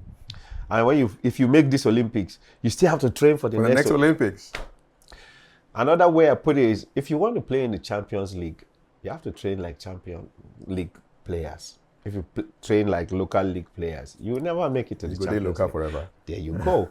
So, and then we make excuses. It's expensive. It's this, it's that. But some people have come to me, and that's how I know how people are hungry. I say, see, Freeman, coach, I know the value of this. But I don't have this, but I have this. What can you do for me with this? That's how I know somebody's here. Usually, I give them way more than they can pay me. So there's more value. Because at least they made an effort to put something. They made the effort. Yeah. Some people just sit down there and say, that Coach Freeman. And then, sometimes I have even met some of our front popular artists and say, see, you are the face of our industry. If you look good and you sound good, we all look good. Of course. So if you need some kind of touch-up, come to me. Forget about the money. If for the sake of our industry, come. Do they take the offer? For where? You're offering them to... They don't come. So that's, for me, that's where it boils down to. Our people, the only time you hear them call me out of desperation is when something is going wrong. But you don't have to wait for things to go wrong, right? Exactly. But so they don't really care about training unless they're in trouble, unfortunately. Because even free sessions, they know they go. What's it like being an educator, though? Because you've taught at a couple of radio and drama institutes, NAFTI, which is now Unimac TI or television. What was that like, being a lecturer? No, it was fun. Oh. I think if I wasn't a coach or artist development, if I wasn't here, the two other things, if I wasn't educated, I'll probably be a driver because I love driving. But if I couldn't do this, I'll probably be a lecturer. Okay. I enjoy it. I enjoy, helping people understand stuff. But if I were in your class, what would I be listening to? Would it be very theoretical? No, half of it is practical. Good.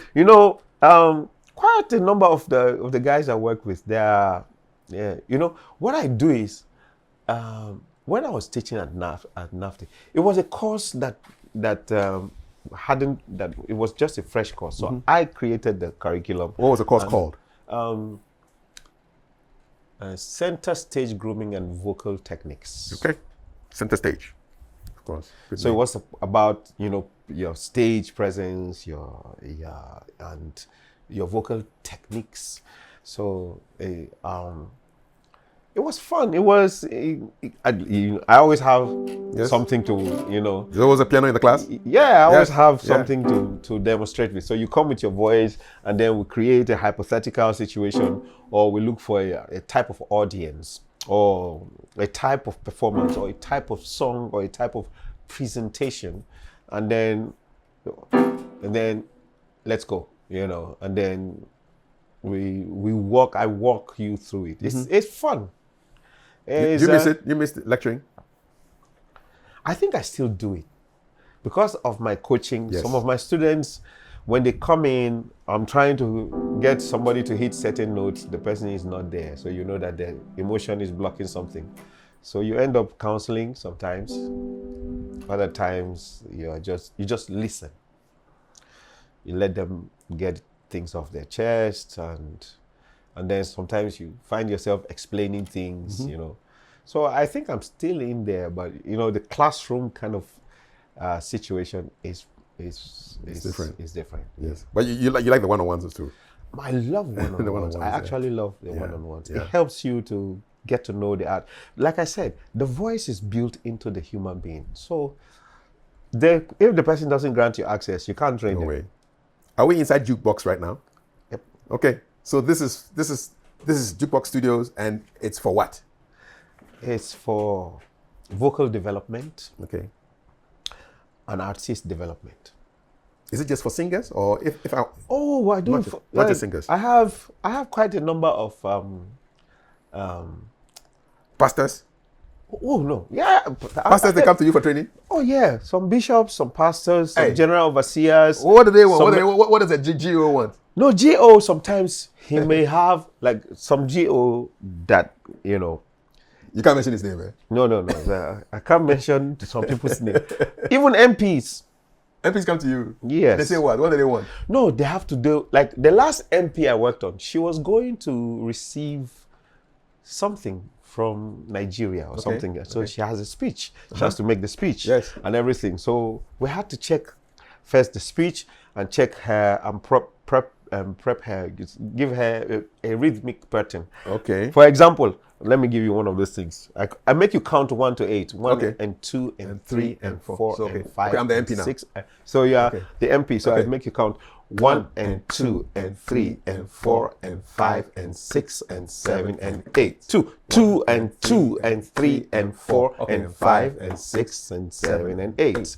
3 and 2 and 3 and 4 and 5 and 6 and 7 and 8. 4 and 2 and 3 and 4 and 5 and 6 and 7 and 8.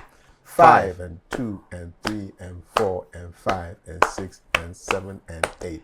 6 and 2 and 3 and 4 and 5 and 6 and 7 and 8.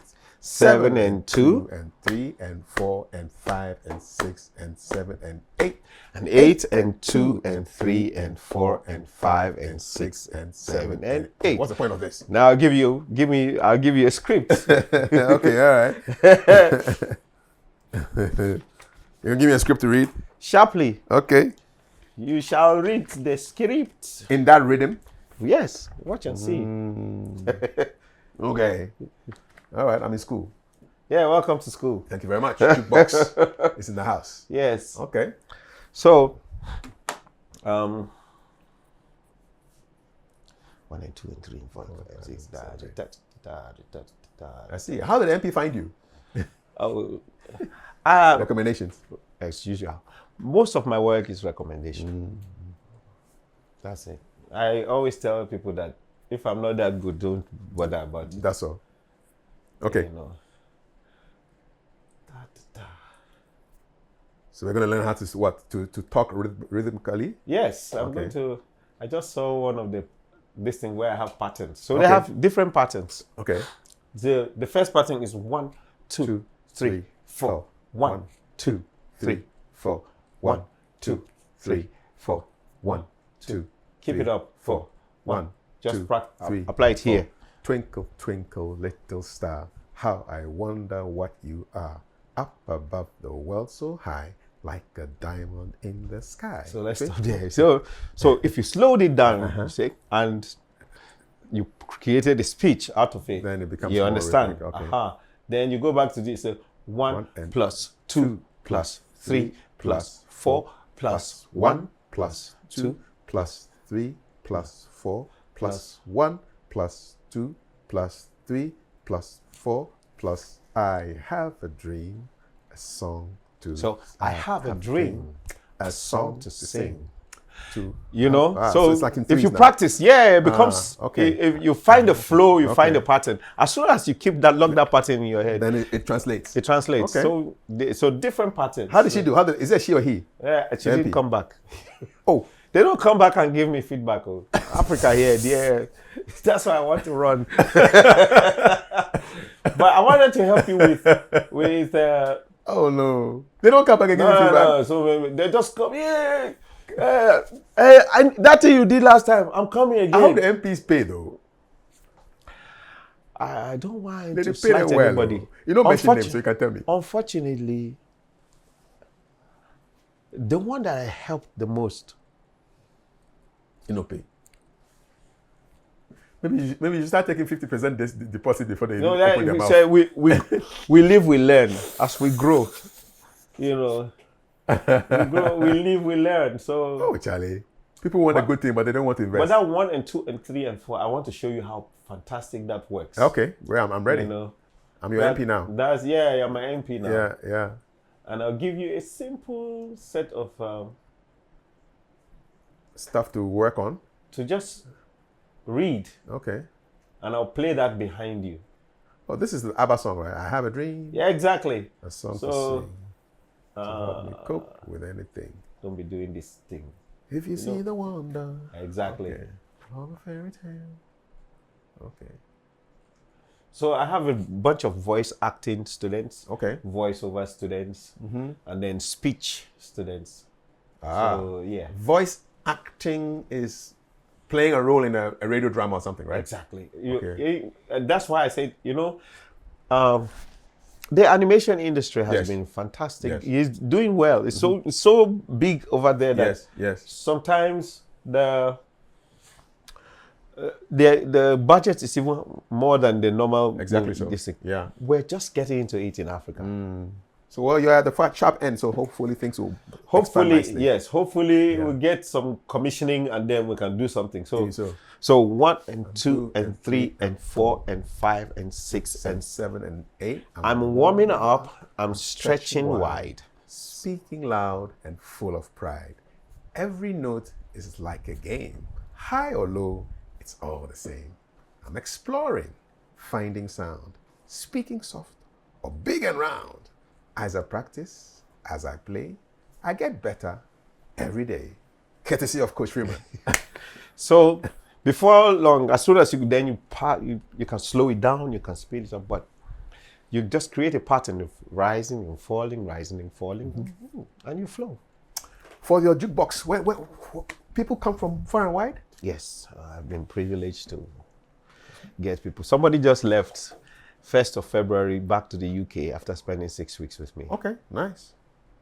So you have people from Europe?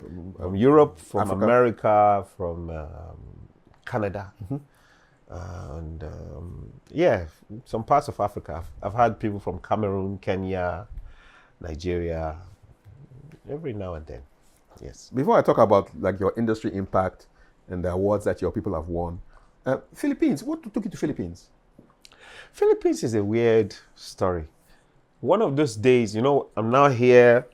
I had come back from either South Africa or Botswana. I hadn't sustained my training here yet.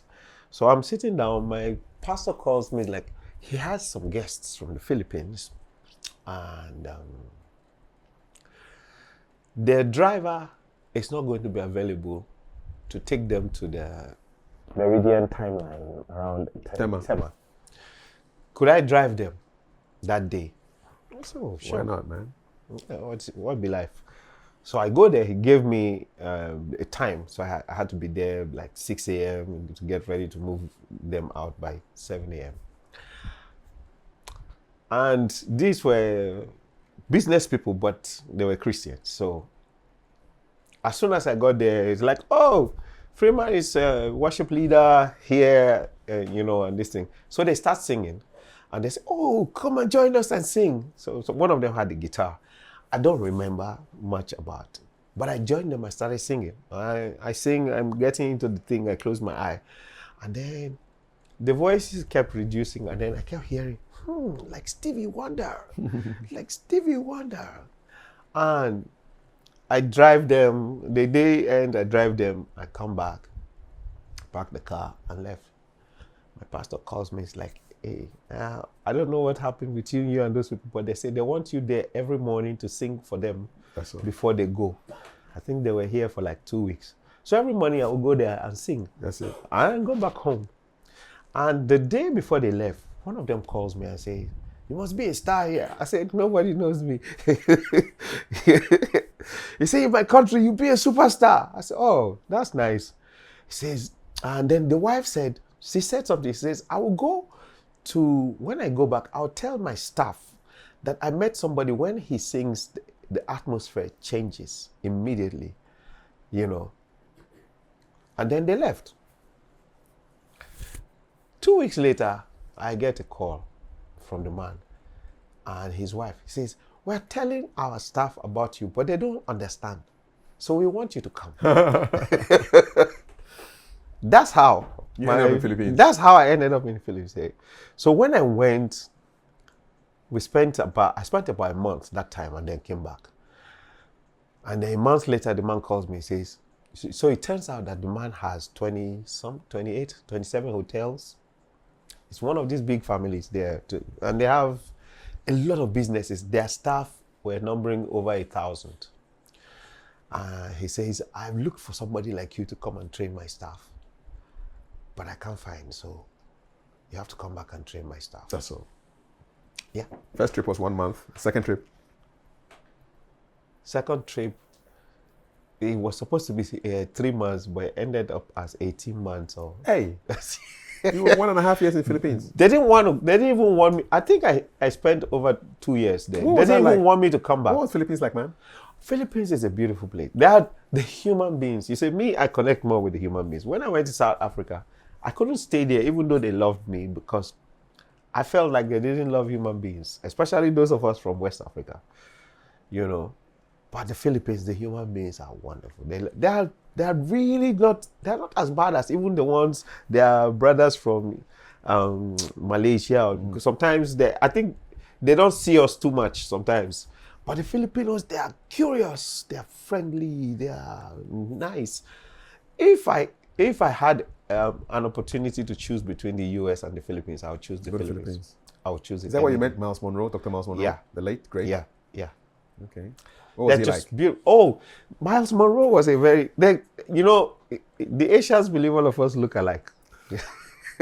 Yes. I've been Just mistaken. like some Africans also believe that all Oh, Asians look yeah, alike. exactly. So I've been mistaken for Masuro. I've been they were like, yeah, you guys look alike. Yeah, for the hair, This thing, man. yeah. And but I've been mistaken for Lionel Richie before at some airport Are they somewhere. serious? I'm telling you, I was laughing throughout because they put some garlands on my neck. So I'm that's like, Lionel. look at the face. That time I used to have this Jerry curl pro.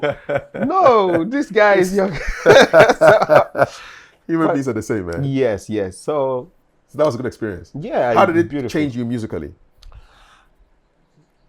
I was pushed to my limit. I was asked for things that I didn't know I could do, and I did. You know, it was the first time I had my own staff. I didn't know how much I was earning until when it was time for me to leave. I had assistants. And if I needed something, I just needed to talk to this person. There was so much order and seriousness. System was working, and I love it. Have you been back since you came back? No, I haven't been back, but I've been in touch. And it was him, the man himself, that said, you should know business. He sat me down and started teaching me business. Got me a yellow pad. And started teaching me business. So when I came back, I needed to put some of that business To practice. That's how Great. Jukebox Nice. So started. all credit to him. Yeah. For sparking that idea. Yeah, Mr. King, Mr. Weeding King. Yeah, it's a good name, King. King, yeah. Yes. Let's talk about the awards. Your people that you've coached, they've won Artist of the Year, Best Male Vocalist, Best Female. Yeah. Across genres. So Which one are you most proud of? you see, those things. Never mind. Yeah, just happy that they win. I'm just happy. When you win, I clap for you. If I get to reach you, I say, yeah, we move on. We can't sit down. We're late or we're behind in Africa. We're kind of behind. So I can't stay long in that place. Let's move. We need to catch up. Maybe so. Let's talk about your corporate voice training programs. So you're not just dealing with MPs and bishops and general overseers. You're going to businesses as well. So, bro, how do I say this thing? You help somebody, and some of them are really grateful, and they introduce you to an organization, and they try, and then they call you, and then you end up doing a lot of stuff, So as soon as I realized that attention was coming from there, I created a program. Yeah, So when you're ready, if you need me, boom. I've done for one or two embassies. I've done for a radio station. I've done for a few companies, some heads of ministries.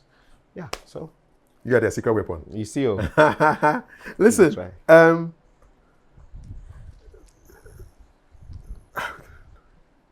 Looking back at your career, I mean, where else can you go? I've asked this question earlier, but I want to hear. Where do you think you can take this, apart from the foundation?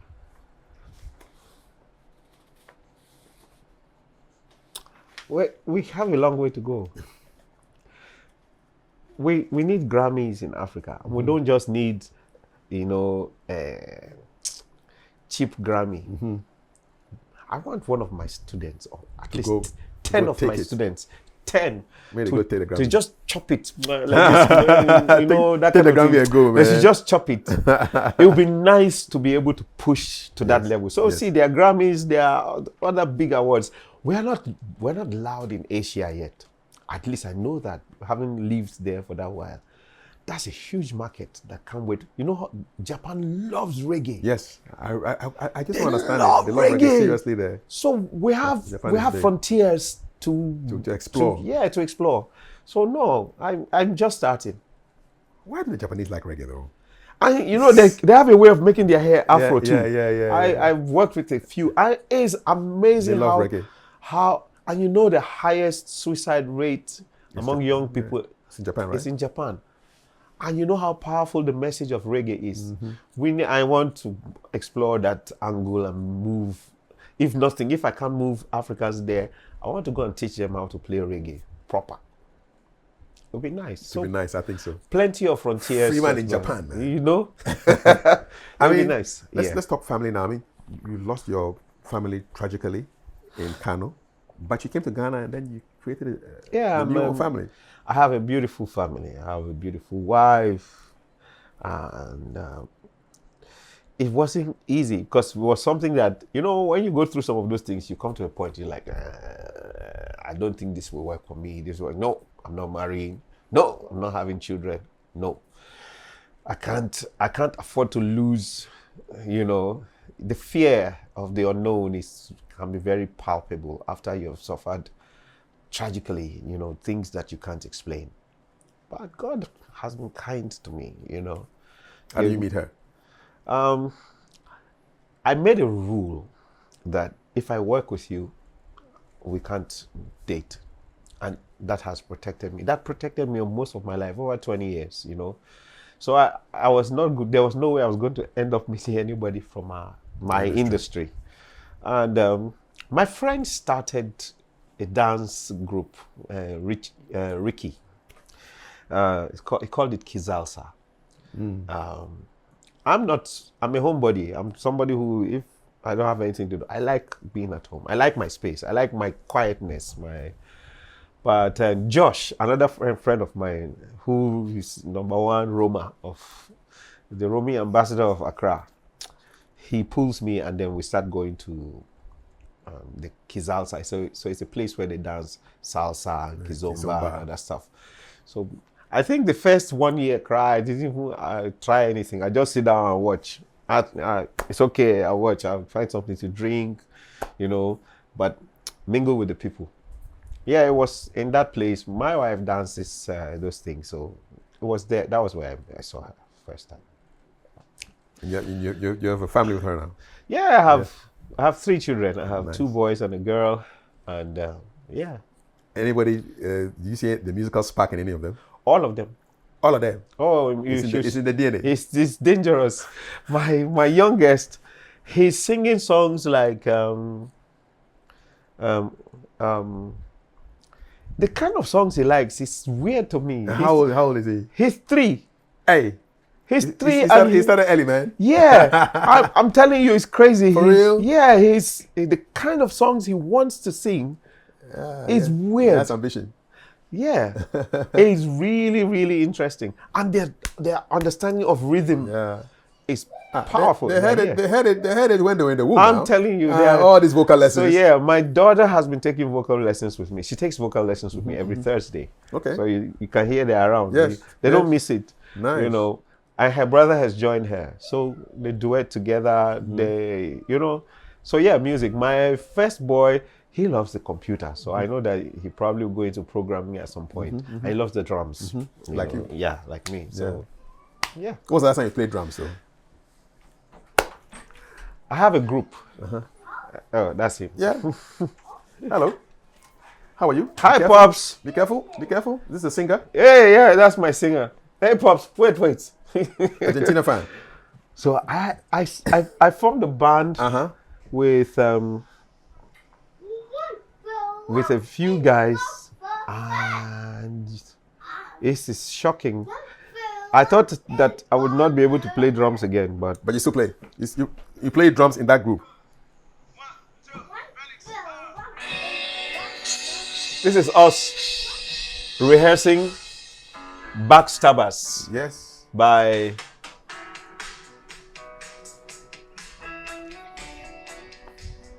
where's Daddy? Show me Daddy. Can you see Daddy? Yeah. Nice. That's me on the drums. Yeah, there. I can hear you, man. Steady rhythm. I thought that I always told people that I'm an expired drummer, but I know you're still there. We're planning a program for April.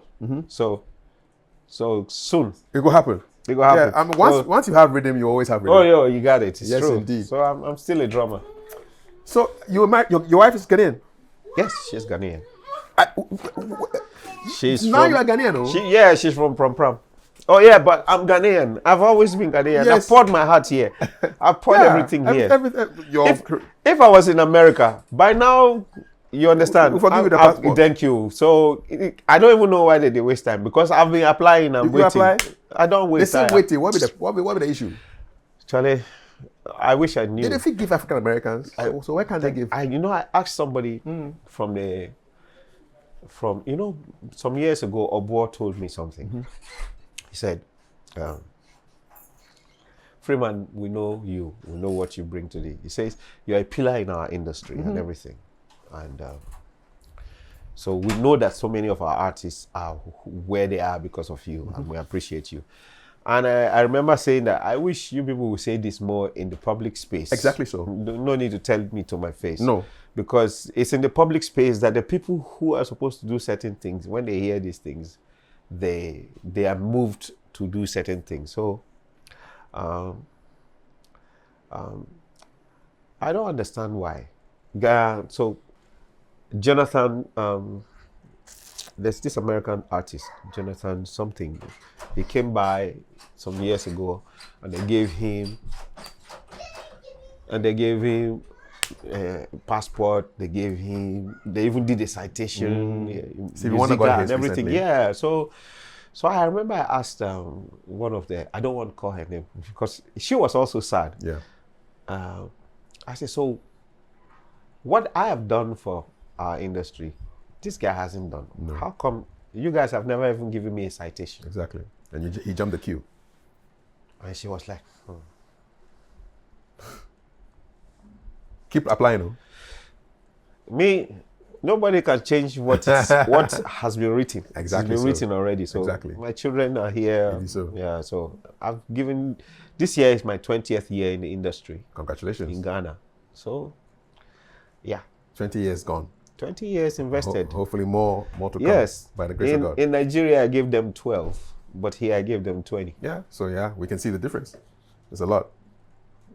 Do you sometimes reflect, as we come to end this conversation, that would you have become who you are now if that tragedy hadn't occurred in your family?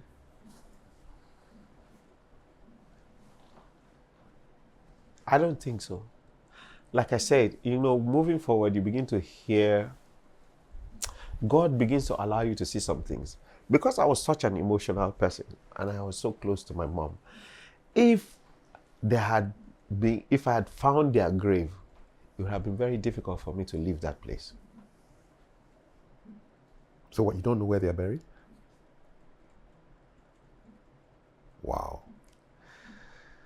So it was hard to take but for a while I realized that if I had known where they were buried, it would be difficult to leave because it would have chained me down. Mm-hmm. So God knew what he was doing. Even though at the time I didn't understand it, I was like, nah, why? Why would I be swept like rubbish into a bag and dumped somewhere where I don't know? But now, in hindsight, I see the hand of God in everything because a lot of things would not have happened. I was a mommy's boy. Yeah. I was the one they looked for. Mm-hmm. And even if I wanted to go, I would not have been allowed to just go like that. Exactly so. So the ties would have been there. Exactly. So God knew. Yeah, like he told the lady who dreamt that he told my mom, he told my mom that no, that guy is not going yet. And if by some crazy twist of fate, these people who did this terrible thing came up and said, listen, we saw your story. We're responsible. Forgive us. That I've done already. I had to do that to move on. Mm-hmm. At some point I had to do, because one time I told you, I had debated getting a gun and then going to the mosque and shoot until you. You were going to go spray the mosque. When you're young, a lot of crazy things come into your head. You say, I just go and spray, and then until you know that you're not coming out from there, But yeah, you have to forgive. Wake up. I have a practice I do now. I think it has made me a better person, a better coach, a better husband, a better human being. I wake up in the morning and I decide that who are the people who are close to me who can piss me off or hurt me, hurt my feelings. And then I decide ahead to forgive all of them for what they will do to me that day. So you forgive them even I before forgive they, you even before before you they do piss it. you off. Before, yeah, don't need to worry. Yeah, He did the account is yeah. already. So as soon as I say, but you are forgiving them. In the morning. Yeah, I wake up every morning and think I like decide that. I do that for my wife, for my children, for the people who are close to me. So it helps me to stay away from keeping stuff in, because as a creative person, my emotion is my energy. Exactly so. If you hang around creative people, they can't fight without emotion. They can't love without emotion. They can't do anything. So our emotion must be protected. So I wake up and I forgive everybody who's possibly in advance. In advance. So what can this person do to me today to piss me off? Okay. I forgive you. I forgive you in advance. You too. You. Okay. And then you wake up. Okay, let's go. Let's go. Yeah, I live with less anger, less stress, less pressure, it's easier. I've learned something I can take and use tomorrow morning. I beg you. It will make your life so much easier. Forgive them. So when they start talking sometimes, or then you remind yourself, I'm forgiving them already. Forget this thing. Freeman, man. Yeah. You're the best. Oh, thank you, sir. Thank you so much for this chat. Oh. Before we close, who would you recommend that I speak to next? Tell me a great story. I think there are two interesting people I wish you would speak to. Why not? There's one, I know he's a lecturer he's a law professor in one of these schools. His name is Ogochukwu Nweke. Ogo. And two, I would love for you to speak with Professor Wejewo, Patience Wejewo.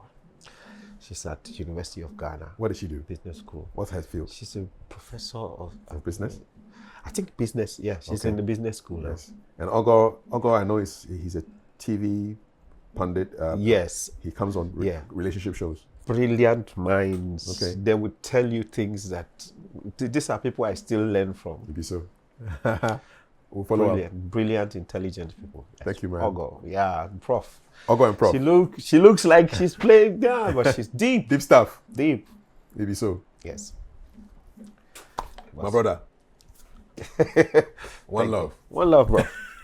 Thank you very much. Oh, the pleasure is I mine. appreciate your time. Oh, thank you, sir. Yeah, that's my conversation. Yes. With Coach Freeman, vocal coach, vocal trainer, talent development expert, musician, and just an all-round great guy. Let's meet in the comments. My name is Kafui Dey. God bless. Thank you, sir. We have achieved what we set out to achieve You see, on Saturday. On Saturday, it's true. That day I harvested 2 guests, One Love and you. Oh, wow. One Love was there that day too. Yeah. Oh, yes. I didn't see him. He was there. Akablate was there. Hey, Akablate. I saw Akablate. Yeah, so Akablate is another I'll go look for him. guy. Yes. I would like to go and have a chat with him. He'll be back. He said he drove straight to the village from there. Yes. And he'll be back sometime this week or so. I'll look for him. Yeah. Yes. Akablate is another great guy. Akablate has volumes about the high life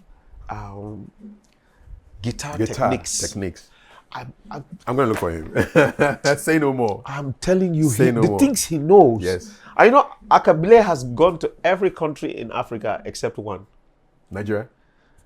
Which one? Equatorial Guinea. He And go I've on. been there. No, you go back with that. I've been to Equatorial. He has been to every country in Africa except one. What? Akablate is something else. What took you to Equatorial Guinea? The work? Yeah, work. The president's family, one of his nieces needed training. I was there for 6 months. Hey, I like this job of yours.